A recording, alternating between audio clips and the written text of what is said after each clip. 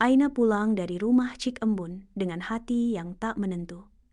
Loket yang dijumpainya tersimpan dalam beg galas, bersama gulungan kertas bertulisan Jawi kuno. Dia menunjukkan kertas itu kepada datuknya, Pak Manap, bekas guru agama yang juga seorang pencinta manuskrip lama. Pak Manap meneliti tulisan itu lama sebelum menghela nafas berat. Ini bukan sekadar doa. Ini sumpah darah. Satu perjanjian lama dengan makhluk gaib. Seseorang telah berjanji menyerahkan bayangan dirinya sebagai tukaran untuk kecantikan yang kekal. Bayangan diri? Aina mengerut dahi. Dalam istilah lama, bayangan diri bermaksud roh muda tenaga kehidupan seseorang. Jika bayangan itu diserahkan, jasad akan kekal muda, tapi jiwanya terperangkap dalam kitaran gelap. Pak Manap menuding satu baris pada kertas itu. Darah-darah bulan ketujuh disiram ke akar melur.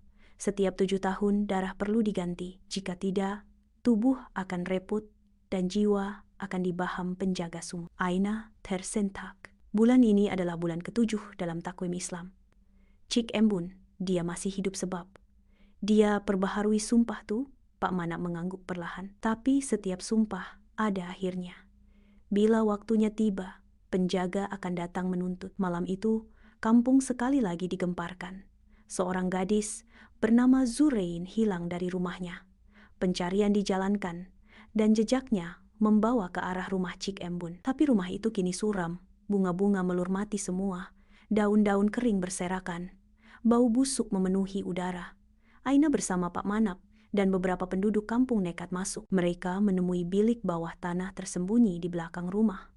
Di situ, dalam cahaya pelita yang malap, mereka menemui Zurin terikat di tengah lingkaran garam dan darah. Dan Cik Embun berdiri di sudut ruangan. Wajahnya tidak lagi muda. Kulitnya berkedut seperti kain tua. Rambutnya memutih sekelip mata. Matanya merah dan suaranya serak berbisik.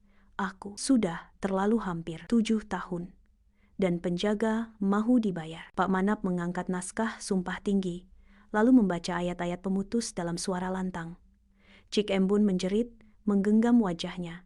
Tubuhnya menggigil hebat. Tiba-tiba, dari lantai tanah yang lembab, muncullah bayangan hitam tinggi, bertanduk, dengan mata kuning menyala. Makhluk itu mengaum, perjanjian tamat. Bayarannya jiwa dan semua bayangan yang pernah kau curi. Dengan jeritan yang mengerikan, tubuh Cik Embun terangkat ke udara. Lalu tubuhnya pecah menjadi debu. Angin kuat menyapu seluruh ruang bawah tanah, dan naskah sumpah itu terbakar sendiri. Zurein diselamatkan. Namun ketika mereka keluar dari rumah itu, bangunannya sudah mula merekah seperti mahu roboh sendiri. Beberapa minggu kemudian, kampung Seri Senja kembali tenang.